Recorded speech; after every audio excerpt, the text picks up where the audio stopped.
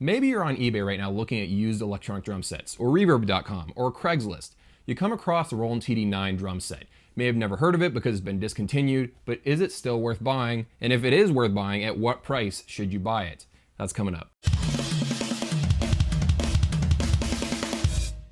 What's up? Justin here. Welcome to 65 Drums. This is the place to keep on top of all things electronic drum related, so thanks for stopping by. Today I got an email, or yesterday I got an email, asking me, hey Justin, is the TD9 still worth buying? And do you actually like it or not? So that's what this video is all about. I've never made a video on this drum set, or any of these drum sets actually. There's 4 of them and then 2 module variants. The reason why I've never really talked about this is because by the time this channel was up and running, this drum set was actually discontinued. But these keep popping up on eBay, they keep popping up on Craigslist, so it's worth talking about. So this drum set comes in 4 variants, like I said. You got the Roland TD9S, the Roland TD9SX, the Roland TD9 K2, and the Roland TD9 KX2. Let me explain all the differences here. With the Roland TD9S, you got all rubber toms, you got those CY8 cymbals, which aren't that amazing. It's basically the same setup as a Roland TD11K right here with a different drum module, and the Roland TD11 has a better kick drum tower. But it's a similar sort of build as far as pads go. The TD9SX has all mesh pads. You got a really nice package here. As long as you don't really care too much about a hi-hat on an acoustic hi-hat stand, this is a great drum set to buy if you find it for the right price. The TD9 K2 and the TD9 KX2, the big thing about these 2 drum sets is that they both have the upgraded kick drum tower. Instead of that giant rubber hockey puck, they have this cloth rubber thing, and then the KX2 has the VH11 hi-hat. And that's a great hi-hat. I actually have it right now on my drum set. It's on an acoustic hi-hat stand. And then the drum module is another upgrade because it has like double the kits or something. It's got extra sounds inside of the drum module. So if you were buying any of these drum sets, best case scenario would be to buy the TD9 KX2. It's just a much better drum set. Also, a thing to remember is that the TD9 K2 pads all have that stupid inner plastic rim going around them. It annoys me, it annoys some drummers, it may or may not annoy you. But it's the same sort of pads that are on the Roland TD11 KV. All right, so let's talk about these letter schemes right here. S, SX, K2, KX2. What does all this mean? It's just a version of saying good drum set, better drum set. That's all it means. Roland used to rely on the letters S and SX to sort of differentiate between different versions of the drum sets. Now they've moved on to the letters K and KV. Does it make sense? No, it doesn't, but it is what it is. Electronic drums, they're not named very well, in my opinion, from most companies. All right, so if you're on the market, what kind of prices will you see these drum sets going for? Well, I did some digging on eBay and on Reverb.com. This is what it's looking like. For the drum modules, both versions of the drum module are looking about the same. You're gonna run around $350. These modules are very popular amongst the guys that want to trigger a VST.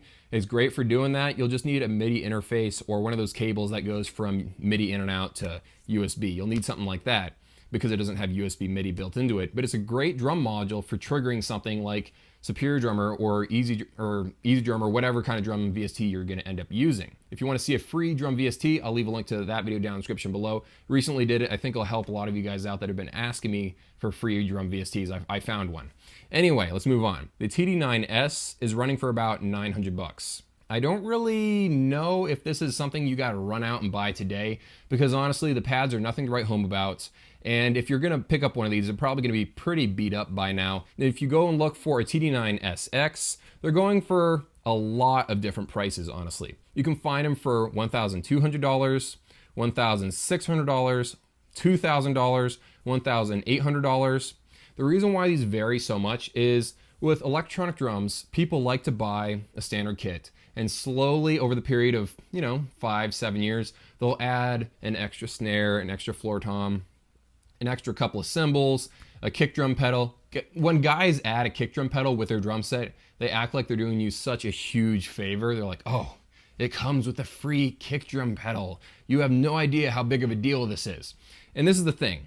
A lot of guys, they think a little too highly of their electronic drum set. They want way too much for it. So when you're on eBay, when you're on Craigslist, when you're on Reverb.com, you'll see guys that post a drum set for way too much money, and you'll come back 6 months later, that same drum set still being sold for $100 less. You know what I mean? Just as an overall rule, when you're looking at electronic drum sets on the internet that are used, you got to be patient if you want to get a good deal. If you're going to go buy something tonight, you're probably not going to get a good deal unless you're lucky. All right, so just think to yourself, from now to like a month from now, between that period of time, I'm going to buy an electronic drum set. I'm just going to wait it out, check eBay, check reverb.com, check Craigslist once a day, and then eventually a good deal from a desperate drummer is going to pop up. The deals come up, but if you're just going to buy something right away, you're not going to get a good deal. So just keep that in mind. So let's move on to the next drum set, the TD9 K2.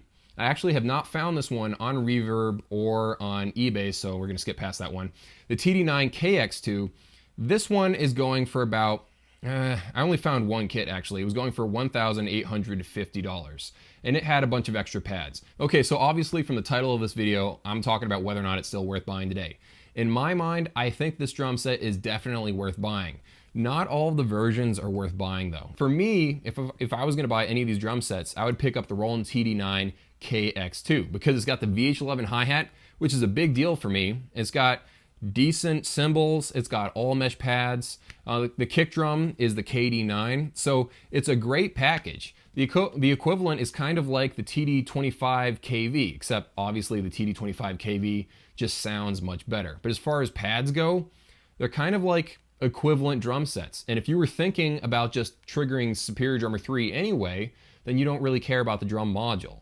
As far as the drum module goes, again, buy version 2 if you're on eBay looking around. Even if you don't think you're gonna use the drum sounds, you might as well get the drum module that has more sounds in it. It just makes sense, especially since they're going for about the same price if you're patient and you look long enough. One other thing I want to mention is that when people are selling their used electronic drum sets on eBay, on Craigslist, on Reverb, they don't always label them correctly. So, for example, I've been on the internet looking at Roland TD15s before, or TD25s, and they'll label something as a TD25 KV.